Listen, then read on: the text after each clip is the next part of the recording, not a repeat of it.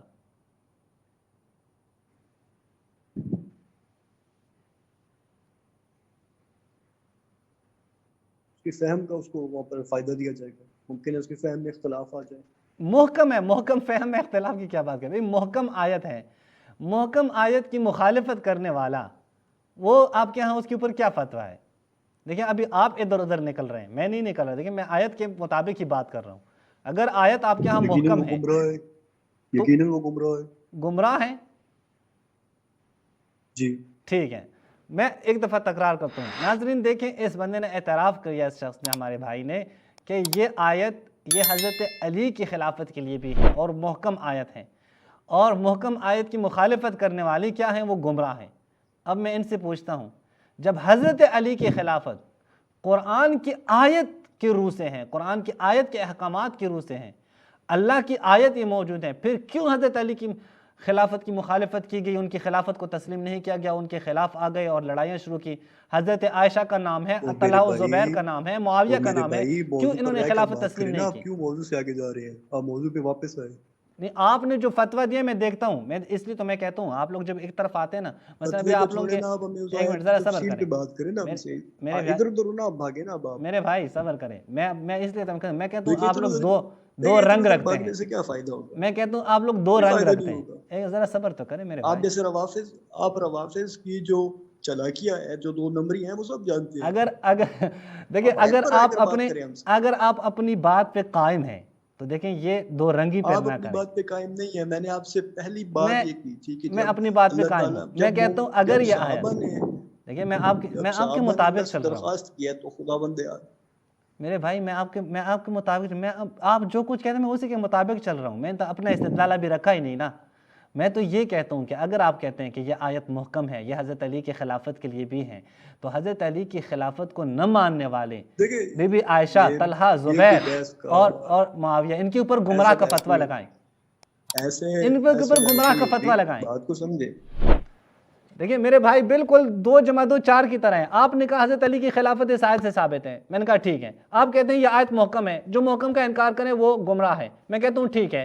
پھر جو حضرت علی کی خلافت کے منکر ہیں، جنہوں نے حضرت علی کی خلافت نہیں مانی، حضرت عائشہ ہے، اس آیت طلحہ کے ہے، زبیر ہے، اور اسی اس طرح آیت کے معاویہ ہے، نزول ان کے کے اوپر بعد گمراہ کا فتویٰ اس لگائیں، آیت کے واضح ہے، نزول اپنی کے بات بعد آگے لگائیں۔ صحابہ کو خلافت نہیں ملی کیا؟ کیا کہہ رہے ہیں آپ؟ کیا خلفائے راشدین رضی اللہ عنہم کو اس آیت کے نزول کے بعد خلافت نہیں ملی؟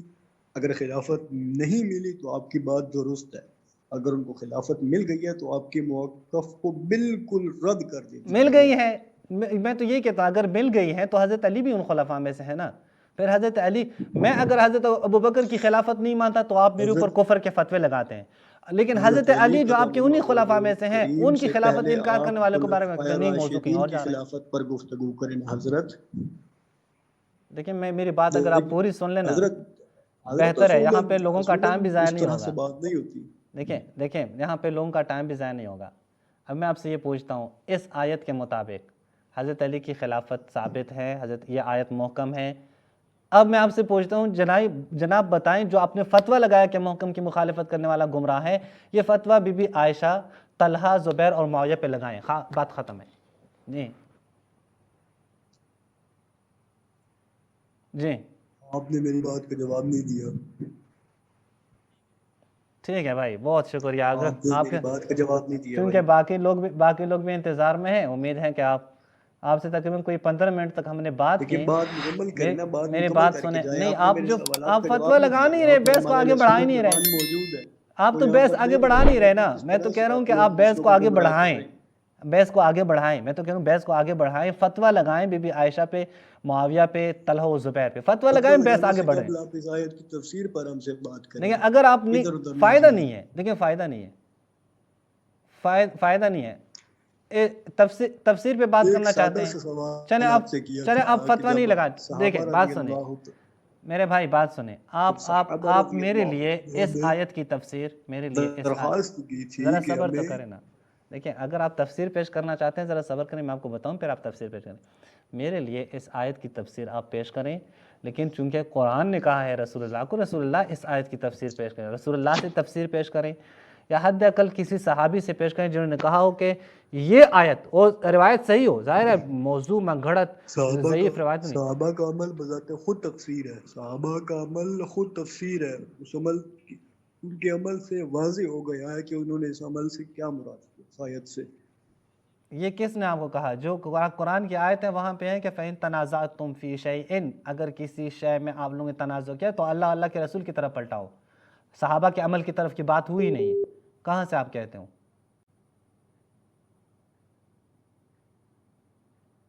جی میرے بھائی، اچھا کال کٹ گئی ہے، دیکھیں اگلے کالر کی طرف دیکھیں، اگر آپ خود کہتے ہیں کہ یہ آیت یہ محکم آیت ہے، محکم آیت کی مخالفت کرنے والا وہ گمراہ ہے، اور اس آیت سے حضرت علی کی خلافت بھی ثابت ہے، تو حضرت علی کی خلافت کے انکار کرنے والے پھر بتا دیں ان کے اوپر گمراہ ہونے کا فتویٰ لگائیں، گمراہ ہونے کا فتویٰ نہیں لگا سکتے، نہیں میں تفسیر پیش کروں گا، تفسیر پیش کرنی ہے تو رسول اللہ سے تفسیر پیش کریں، یا حد اقل کسی صحابی سے پیش کریں جنہوں نے کہا ہو کہ یہ آیت ابوبکر و عمر کی خلافت کے لیے ہے، یا ان کے خلفاء کی خلافت کے لیے ہے، کبھی ہیں تو پیش کریں۔